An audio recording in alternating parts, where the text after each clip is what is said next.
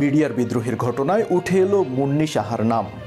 তৎকালীন সেনাপ্রধান জেনারেল মঈন ই আহমেদ বলেছেন, মুন্নী সাহার লাইভ নিউজের মাধ্যমে বিদ্রোহীরা অফিসারদের সম্পর্কে বিভিন্ন মিথ্যা তথ্য, ভুল তথ্য তুলে ধরছিল জনগণের সামনে। সাংবাদিক মুন্নী সাহা বিডিআর বিদ্রোহ ছড়িয়ে দিতে সাহায্য করেছেন।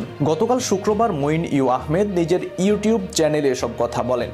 পিলখানায় বিডিআর বিদ্রোহ নিয়ে ১৫ বছরেরও বেশি সময় পার করে মুখ খুললেন তৎকালীন সেনাপ্রধান জেনারেল মঈন ই আহমেদ। বিদ্রোহের বিষয়ে বিস্তারিত কথার ফাঁকে ঘটনার সময় টিএন নিউজের তৎকালীন সাংবাদিক মুন্নী সাহার সাংবাদিকতা নিয়েও কথা বলেছেন তিনি।